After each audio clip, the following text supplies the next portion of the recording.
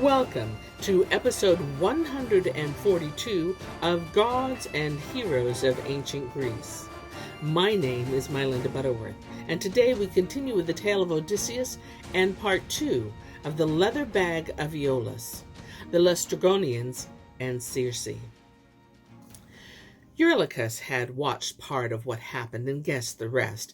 He hurried back to the ship as fast as he could tell us what had befallen his comrades. But when he reached us, his terror was still so great that he was unable to utter a single word. The tears gushed from his eyes, and he was speechless with grief. At last, when we pressed him to talk, full of concern and surprise, he broke his silence and told us what he had seen. The moment he had ended, I slung my sword and bow over my shoulder and asked him to lead me to the palace. He, however, clasped my knees with both hands and pleaded me to give up my plan, or at any rate not to take him with. "Believe me," he said, in a voice choked with tears, "you will not return, nor will you bring back our friends. Oh, let us flee this accursed island." I permitted him to stay, but I myself resolved to do what I could to save my companions. On the way I met a beautiful youth. He held out to me a golden staff by which I recognized Hermes, the messenger of the gods. Clasping my hand, he said, "Why do you wander through the woods where you do not know the way? Circe, the sorceress, has turned your friends into swines and shut them up in sties. Do you think you can rescue them? More likely she will add you to the list of her victims. But I have been sent to help you. If you carry with you this herb," and here he dug a black root bearing a milk-white bloom out of the earth, "she will not be able to harm you. What she will do is prepare a wine custard and blend into it some magic potion. But this herb will prevent her from turning you into a beast. Should she, however, try to touch you with her long magic wand, rush at her with your sword as if you intended to kill her. Then it will be easy to compel her to swear a sacred oath not to trick you in any other way. After that, stay with her if you like. There will be no further danger. And once you have made friends with her, she will not refuse your request to return your companions to their proper shape." So said Hermes, and left to return to high Olympus. While he walked towards Circe's palace, at my call she opened the gates and bade me enter. I followed her, seething with anger, sat down in a sumptuous chair, and let her put a footstool under my feet. Under my very eyes she prepared her wine custard in a cup of gold. She could hardly wait for me to finish eating, and when I had emptied the cup, she touched me with her wand without the faintest doubt of her powers and said, "Out to the pigsty to join your friends." But I snatched my sword from its scabbard and rushed at her as though I meant to kill her. At that she screamed, threw herself on the floor, clasped my knees, and moaned, "Who are you, great and mighty man, whom my potion has left untransformed? No other mortal has ever been able to resist my witchcraft. Can it be that you are Odysseus, whose arrival on your way home from Troy Hermes predicted to me long ago? If it is you, put up your sword and let us be friends." But I did not lower my threatening hand and replied, "How can you, Circe, ask me to be friends with you, who have turned my companions into swine? Am I not forced to think that you are using kindly words only to lure me into some trap? I cannot be your friend until you swear a sacred oath not to harm me in any way."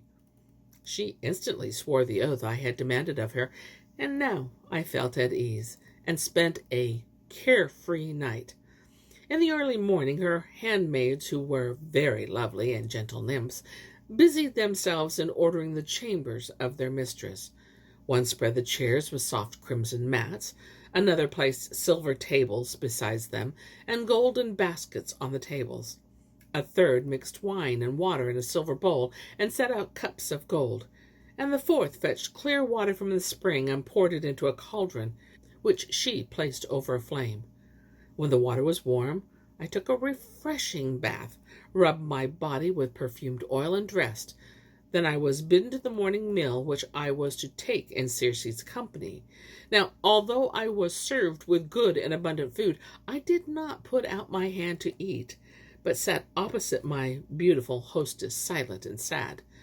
When she finally asked me the cause of my sorrow, I said, "What man who has lost all feeling for what is just and fair could enjoy food and drink while he knows that his friends are unhappy?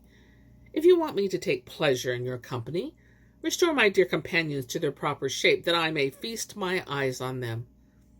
This was enough for Circe. She left the room, holding her wand in her hand. Outside, she opened the door of the sty and drove out my friends. I followed her, and they crowded around me as swine. But now she anointed each with a salve, and suddenly they shed their bristly hides and became men again, only younger and handsomer than before. They rushed up to me, full of joy, and clasped my hands. But when they recalled what they had just been through, their eyes filled with tears. Then Circe said to me, "I have done what you asked, and now do what I beg of you. Beach your ship, store its cargo in one of the rock grottos on the shore, and be my honored guest together with all those who are with you." Her courteous words won my heart. I returned to the shore, and the friends I had left behind, they had given me up, and now rushed towards me with tears of joy.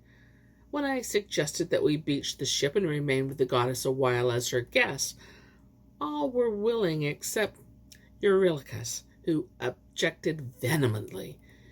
"Do you really want to go to that witch of your own free will?" he cried.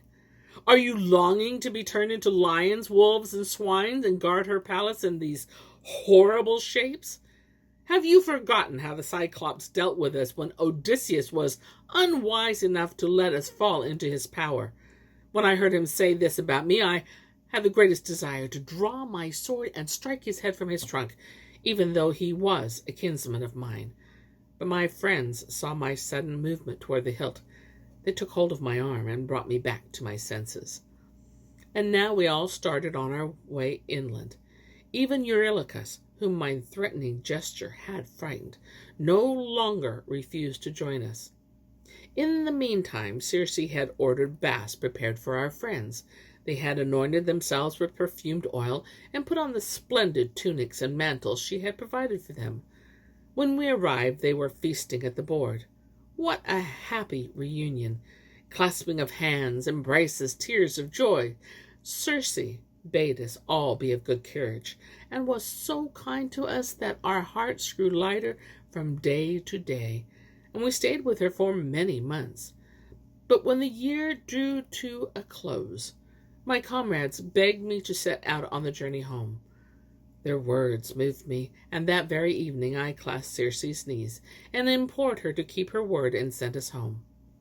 "You are right, Odysseus," she replied.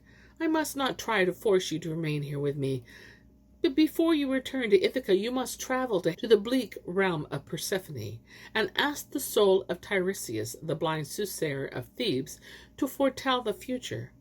For Persephone has allowed him to retain the gift of prophecy even after death. The souls of the other dead are only like hovering shadows." When I heard this, I lost heart and began to weep. I shuddered at the thought of visiting the dead, and asked her who was to be my guide, for no man of flesh and blood had ever sailed to the underworld. "Do not worry about your ship or look for a guide," Circe answered. "Raise your mast and hoist the sails. The north wind will take you there, and once you have crossed Oceanus, the waters which encircle the earth, land on the low shore at the point where you will see tall poplars and willows growing side by side. This is the grove of Persephone, and there you will find the entrance to the underworld, in a valley near a rock where the roaring currents of the Pythiolithion and Cocyus, a branch of the Styx, flow into Archeon. You will find a cleft which leads into the land of shadows. There you must dig a hole and offer honey, milk, wine, water, and flour to the dead. You must also promise to sacrifice a heifer to them when you reach Ithaca, and to offer a black ram to Tiresias besides. After that, slaughter 2 black sheep, a ram and a ewe, and look through the cleft at the pointed streams, while your companions burn the animals in honor of the gods and pray to them. Then you will see the souls of the dead, and these phantoms shaped of air will try to approach and taste the blood of the victims.